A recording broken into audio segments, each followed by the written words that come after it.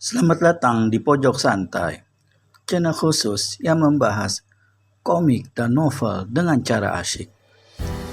Kilura Kundrawana, sosok pemimpin bijaksana, mendapat musibah dengan menjadi sapi perahan 3 komplotan hitam. Bisakah Kilura keluar dari masalah ini?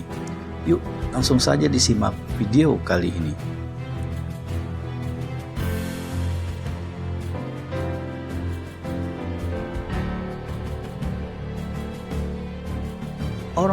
Orang tua desa tentu saja heran kali ini melihat sikap Kilura mereka yang dulunya itu begitu baik, bijaksana, dan ramah, tapi kini jangankan untuk bicara tentang persoalan kenaikan pajak itu, bahkan untuk bertemu saja pun dia tidak mau.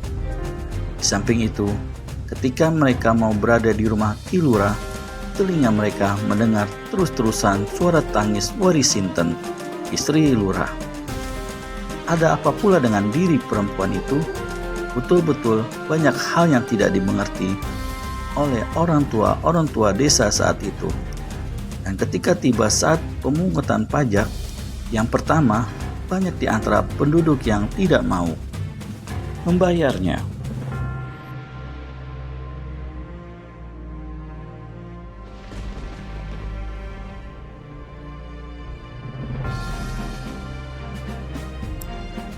Dengan menekan pertentangan yang senantiasa melekat di hatinya, Kilura terpaksa mengancam orang-orang itu. Siapa-siapa penduduk yang tidak mau membayar pajak dalam jumlah yang telah ditentukan akan ditangkap dan dibawa ke kota Praja. Akhirnya, terpaksa juga penduduk membayar. Dalam pemungutan pajak yang kedua, terjadi kekacauan, namun masih sanggup diatasi oleh Kilura Kundrawana. Menjelang pemungutan pajak yang ketiga, Kilura Kundrawana mendengar kabar bahwa penduduk akan mengadakan pemberontakan. Laki-laki ini tak bisa menyalahkan penduduk. Suatu malam, dengan diam-diam, pergilah Kilura Kundrawana ke Linggajati untuk menemui Adipati Bogaseta. Kepada Adipati ini dilaporkannya segala apa yang terjadi. Bogaseta kelihatan terkejut sekali.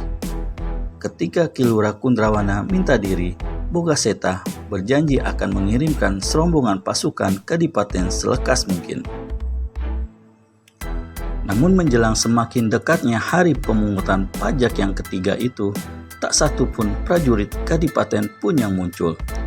Kilura Kundrawana kehabisan akal, betul-betul bingung.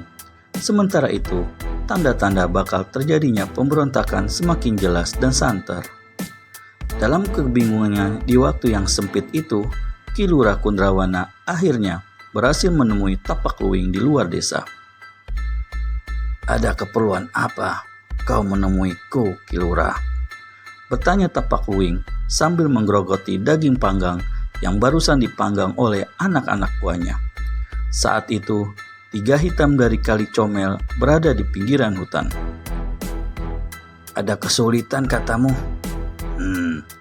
Apa kau tahu bahwa besok adalah hari pemungutan uang pajak dan lusanya menyerahkan pada kami di persimpangan jalan yang menuju ke Linggajati?"